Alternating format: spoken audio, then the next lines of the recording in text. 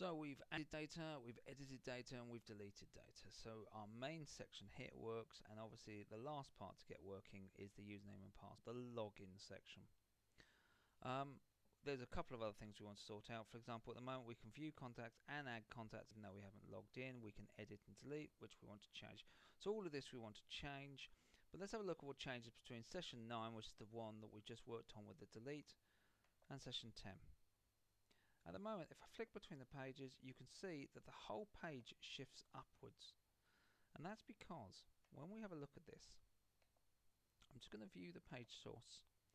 And I'm going to look here, this div ID equals login, class equals fright. I'm just after the line my contact book. So we're looking at this section here and the form logging in. Let's go to session number 10, view the page source, and we can see that that's not changed, but it has interjected a new line. There's a line break.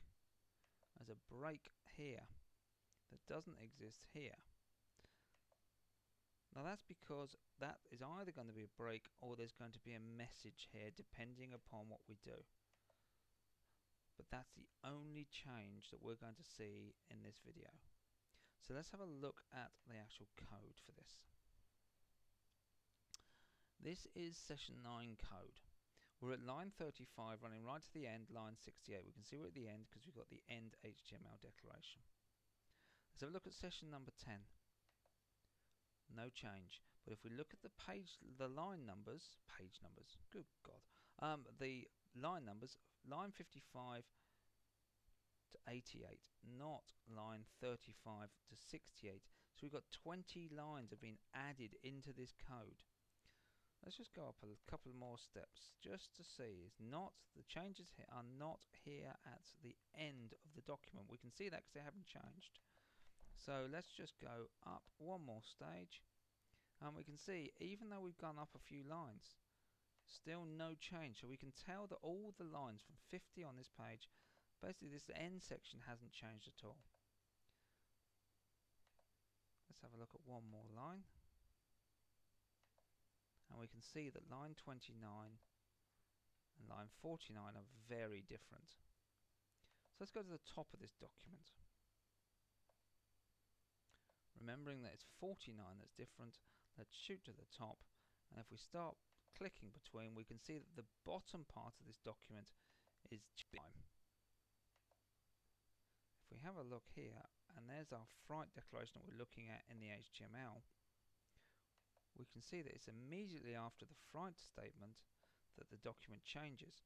Everything else stays the same above that line. So again, all our changes must be line 25.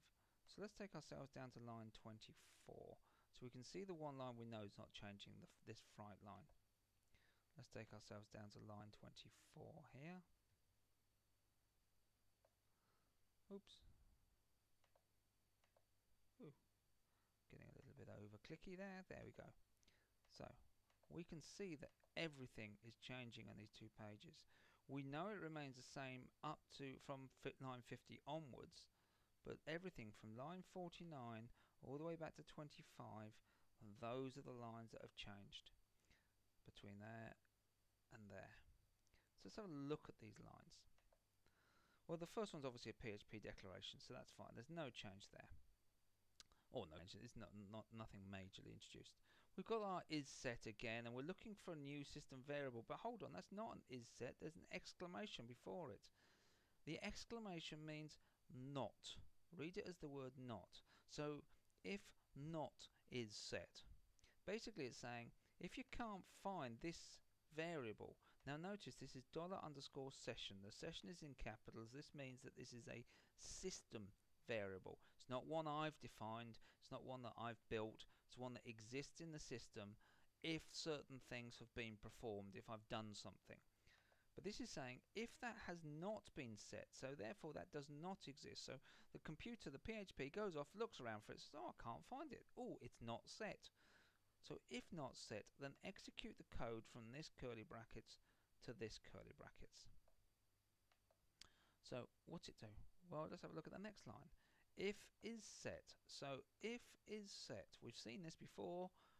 $login error. We can see that's completely different in structure to the session. This is one we've created, but we haven't yet. But we will do. Not now, later on. So if this variable exists, then send this line to the screen.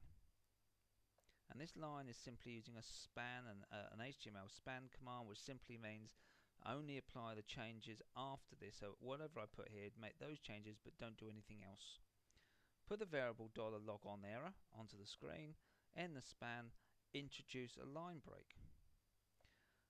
Else, so if this does not exist, if there is no logon error, then simply put the line break in. And that's what we were seeing on our finished page, because this does not exist, so therefore put this on. That's where that line was dropping down. The form has stayed exactly the same as it was before. It's there. There's not a difference at all with that form. But then we come to the next PHP. So if the session is not set, display the form and the error message, or the error message. Sorry, either the error message with the form or no error message the form. But if the variable if the variable session does exist, so if this is not true, then we go to this else statement, and this new part runs.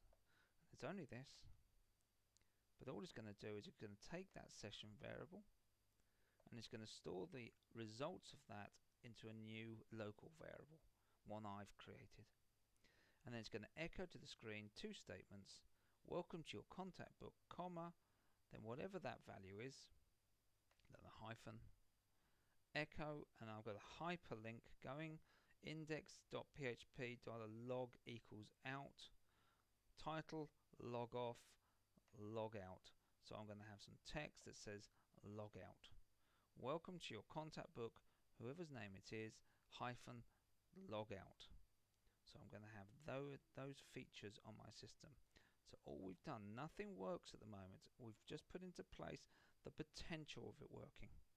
That's all this video is for. It was looking at those lines there. Let's just bring those lines into view. So we're talking about from the flight line just